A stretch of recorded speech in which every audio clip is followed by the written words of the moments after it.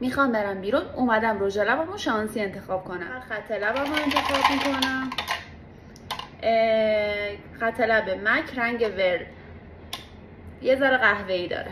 خیلی خط لب خوشگلیه ولی سخت رژ لب باهاش ست میشه. رژ لبام یک رنگی رو باید انتخاب کنم.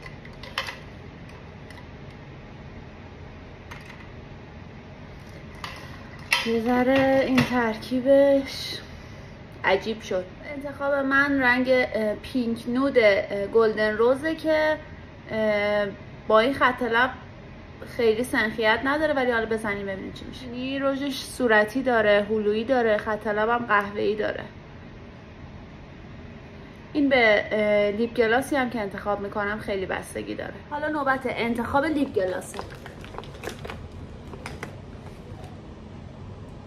وای وای، این آخه